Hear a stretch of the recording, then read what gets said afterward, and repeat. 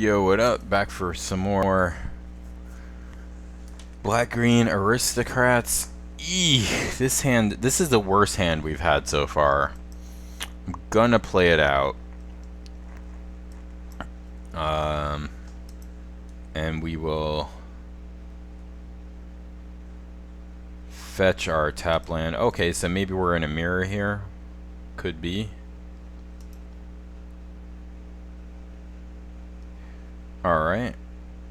So let's fetch our other tap land for F6 value.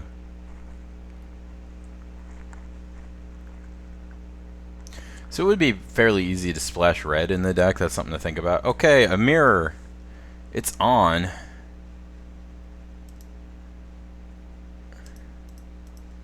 So here we're opening ourselves up to, well, he didn't hit his second land, so he can't flesh bag us. He can bone splinters us. But, you know, if that's gonna happen, it's gonna happen.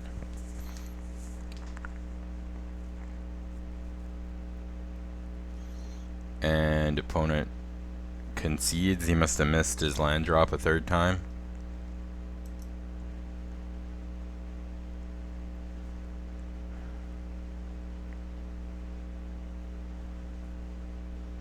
Maybe that was just a poor keep on his part.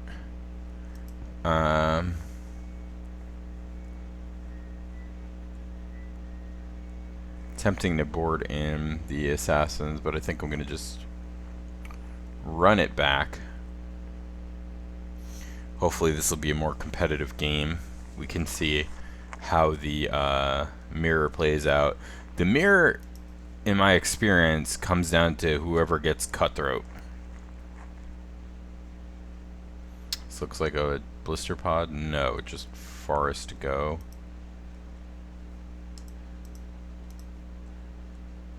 Alright. We can fetch basics this time.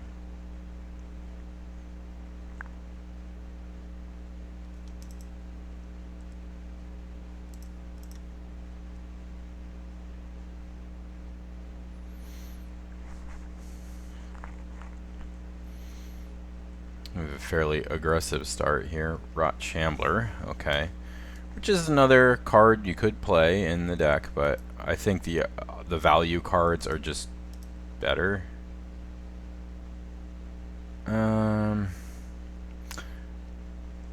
Yeah, see, that was a mistake.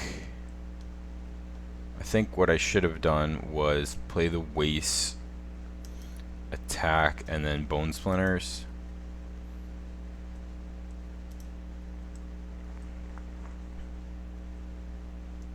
Instead, I'm just gonna play this second champion. Not bad either way. No black mana from him, so maybe he's mostly green version somehow. Free to attack here. No? Okay.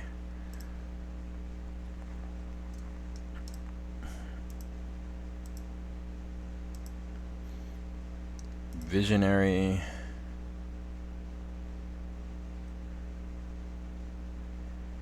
We're gonna bone splinters, the Rot Shambler. That's a champion. Don't be shy about sacking your stuff. That's the biggest tip I can give you with playing this deck. Like, you can and will get things back. Like, you're gonna outgrind. Yes, we're trading our dude for half a blister pod, but we can get it back, so it really matters not.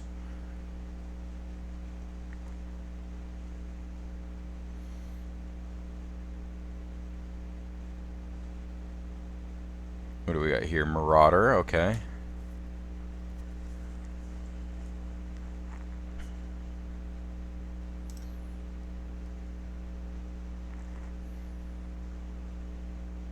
Alright, so here we can just trade back Marauders if we want. Actually, it's better to play this Visionary. which threatens to block, and then we can draw a card, hit our land drop.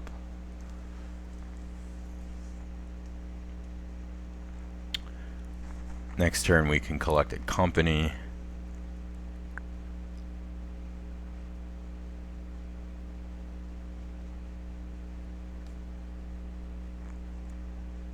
So I've said it 100 times now if you watch my videos, but if you're playing standard, you really want to be playing either Collect a Company or Dig Through Time in your deck.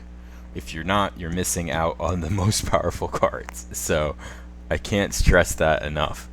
I don't know why he would offer this trade, maybe as a pump spell, but that would be a little weird.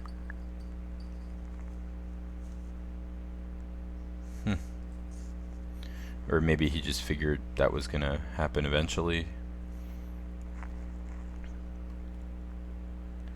If you were going to chump attack, why wouldn't you play the Cutthroat first? Okay, here we're just going to pass back with 3 collected companies. Which, I mean, I can't see losing. I mean, a lot would have to go wrong to lose here. So, Sifter, I mean, he looks pretty ahead right now. But we've got 5 cards to his 2. And 3 of our 5 are collected company. And he's going to attack with the Cutthroat. Never attack with the Cutthroat unless you're absolutely positively sure.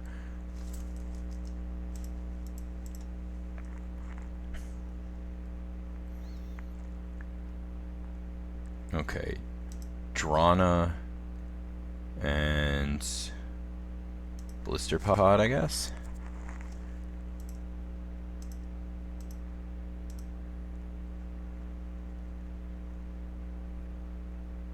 Okay, so here we're gonna block. Does it matter how we block? Yeah, it does. Block, block.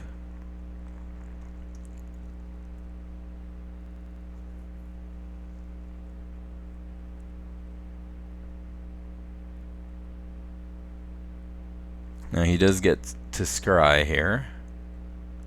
Scry me a river. Don't know if y'all are old enough to know what that is about, but you know my man JT? What?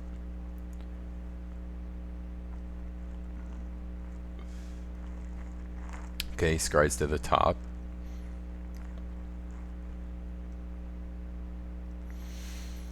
Alright.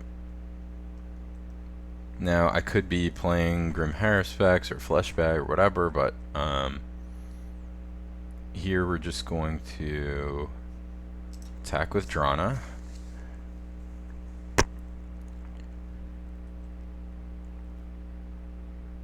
I could get back 2 Bloodsoaked Champions here. That's pretty disgusting.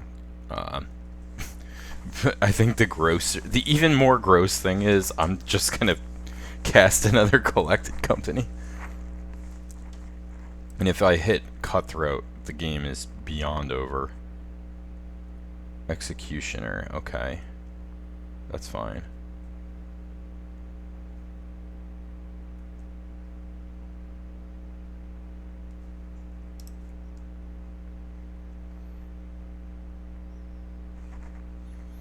He's down to 1 card. And we have a lot of cards in our hand. So many cards. Is he going to attack here?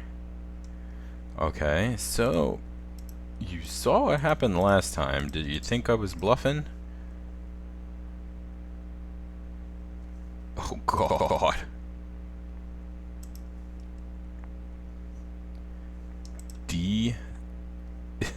Disgusting.